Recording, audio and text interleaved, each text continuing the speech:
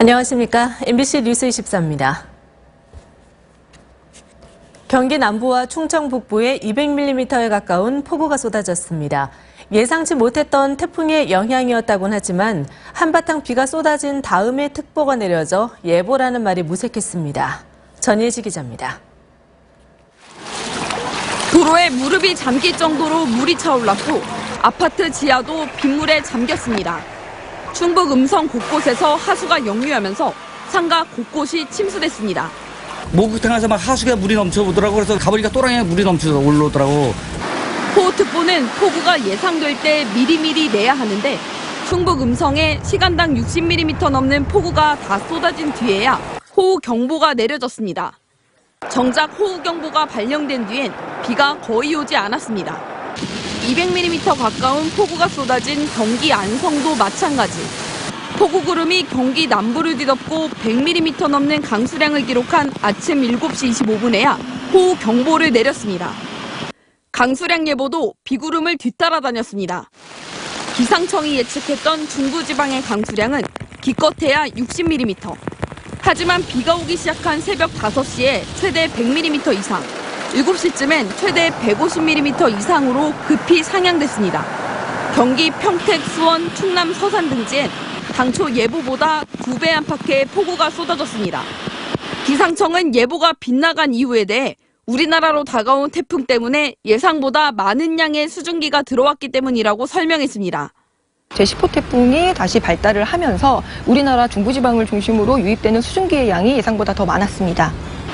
기상청은 중부지방, 특히 수도권을 중심으로 최고 150mm 이상 강한 비가 내릴 것으로 보고 비 피해에 대비할 것을 당부했습니다. MBC 뉴스 전예지입니다. 북한 김정은이 화성 14형 시험 발사 축하연에 참석했습니다.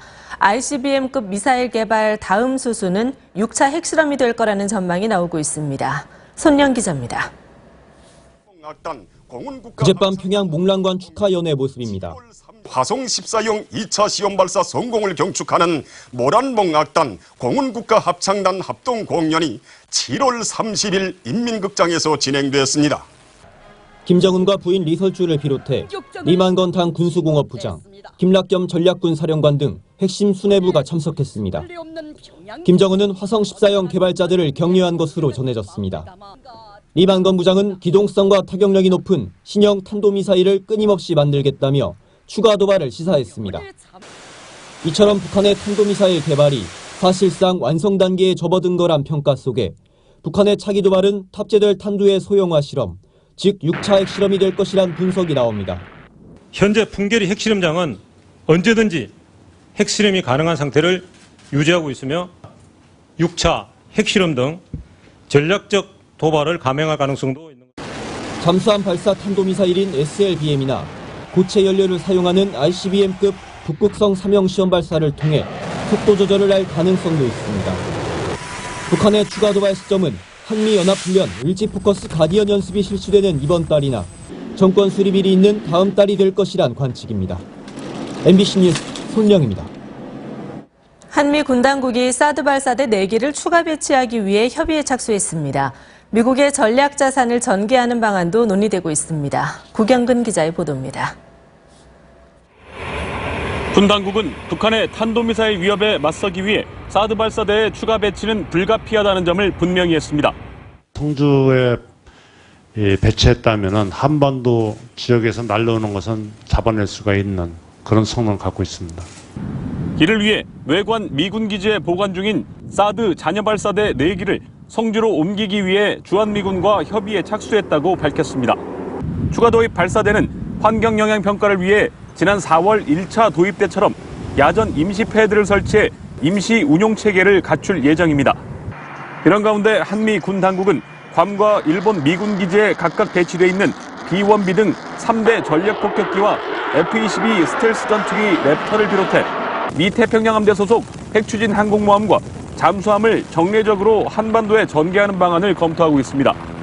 이에 따라 오는 9월 한미 국방협의체 등 양국 당국 간 실무협의에 앞서 한미 국방장관이 직접 만나 이 전략자산 정례 배치를 논의하는 방안이 떠오르고 있습니다. MBC 뉴스 구경근입니다. 사드 발사대 추가 배치에 반발하는 반대단체와 경북 성주 주민들이 청와대 앞에서 항의 집회를 열고 추가 배치 철회를 요구했습니다. 장현주 기자입니다. 추가 배치 계획 철회하라! 사드 기지 인근 경북 성주와 김천 주민 60여 명은 청와대 인근에서 기자회견을 열었습니다. 이들은 정부가 사드 발사대 4기를 추가 배치하기로 한 것은 졸속 결정이라고 비난했습니다. 사드 발사기 4대를 추가 배치한다는 건 저희들은 용납할 수 없고 사드가 철거될 것까지 끝까지 투쟁을. 특히 문 대통령이 후보 시절 공약집에서 국회 비준 동의를 추진하겠다고 밝혔다며 추가 배치를 철회하고 공론화부터 진행하라고 요구했습니다. 집회가 허용되지 않는 청와대 앞에서는 반대단체와 주민, 경찰이 기자회견 참여 인원을 놓고 충돌을 빚기도 했습니다.